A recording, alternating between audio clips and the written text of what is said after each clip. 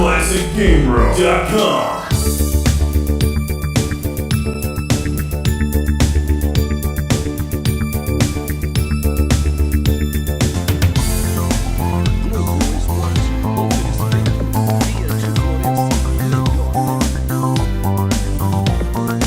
Alright, now I'm gonna talk about Globo Esporte. It is a sports news program presented by TV Globo since August 14, 1978, shown on afternoons from Monday to Saturday. Welcome to Classic Game Room, where you've heard me lavish Thunder Force 3 on the Genesis with praise, while Super Nintendo fans can dig pretty much the same game as Thunder Spirits on the SNES. 1978 to 1981, there is the word Globo in white text. I would say get ready to dust off that Sega Genesis, but if you're watching this show, you're still using it every day, right? Here's an intro.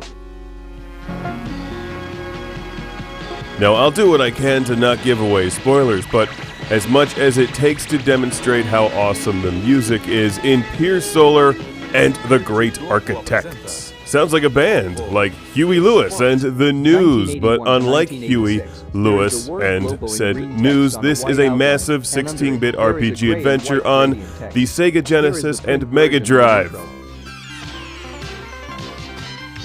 Released in 2010 by Watermelon. Do you enjoy games like the Phantasy Star series Shining Force and Final Fantasy? Well, pay attention to this one. Piers Solar is a 21st century retro release. I've seen a lot of these lately. New games on the Intellivision, Sega Dreamcast, even the Vectrex. Now it's the Genesis's turn. 1989 to 1990. Hey Watermelon, when's the 32X version coming out? You start out with a small party of just a few kids with big hair and progressively get stronger while gaining magic spells, new weapons, armor, friends, and the like. It's a giant old school style RPG. If you've played these kinds of games before, you'll be right at home with Piers Solar, but come expecting a challenge. 1990 to 1992, the rainbow rectangle is brighter. It's a difficult, time-consuming game, and in addition to that, it's not a straightforward, hold-you-by-the-hand kind of adventure. Piers Solar will test your grinding skills as much as your puzzle-solving and sheer exploration skills. The combat is excellent, as you can see it's turn-based, and reminds me a lot of Final Fantasy IV. You have standard weapon attacks, as well as magic and gathering. There's a command called Gather, which you'll learn to use frequently, which is what they're doing when they're gathering that white stuff from the air, collecting the force or something and using it to become stronger. Or you can send Gather to another party member to make them stronger. Frequently, you'll need to gather before you unleash powerful magic spells, so it leaves you defenseless for a little bit. And that's part of what makes combat exciting, as you learn to juggle offensive attacks with gathering. And you'll want to pay close attention to your armor and accessories. In fact, accessories are one of the most important things in the game because they can cut some of the damage in half. And Piers Solar will frequently, sadistically leave you in the middle of massive adventures without a place to rest or heal, and you've got to make it through a sizable chunk of time alive.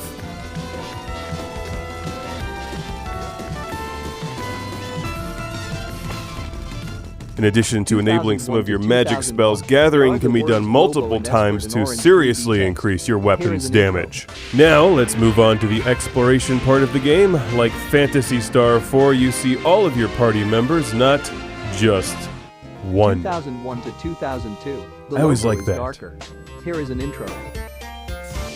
There's lots of towns and environments to explore, loads of items, weapons, and armor, and a genuinely entertaining storyline. With a planet in trouble, that's about all I'll tell you.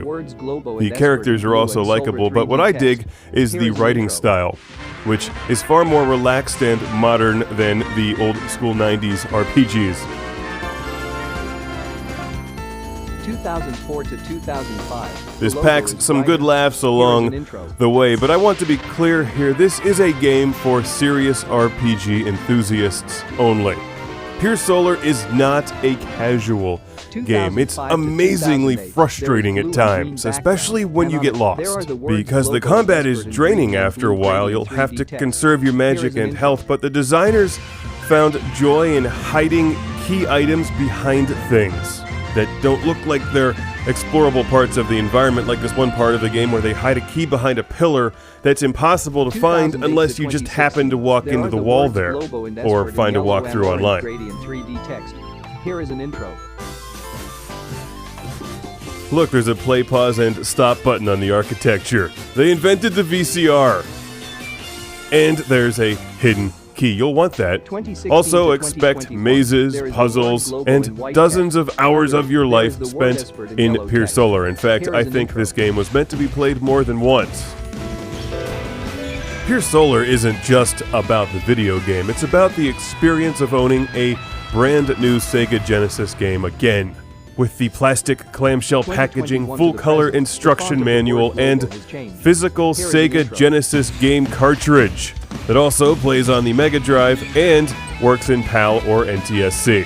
This is a great excuse to break out your Sega Nomad and stash of AA batteries once again. Since most of the time you can save frequently, it's a fun game to play on the go. Show those people on the train who's boss with your Sega Nomad. Now, to be perfectly honest, I'm still playing this game. If I wanted this review out before 2020, I just had to hustle. In fact, as of this recording, they recently used Kickstarter to get funding for a Sega Dreamcast release, as well as Xbox 360. Is the ending any good? Well, I'll be as surprised as you are when I find out. It's a nice game to play in half-hour to hour increments. You can save frequently, and once you get into it, you'll want to continue playing, but it does get frustrating at times. Pure Solar, a giant RPG on the Genesis that will bring many of us back to the days where we'd spent weeks in front of the TV playing Phantasy Star 2 and Phantasy Star 3. Yes, I'm one of the people who like that game. This could have used some more enemy diversity and a Vectrex release, but aside from that, it's great.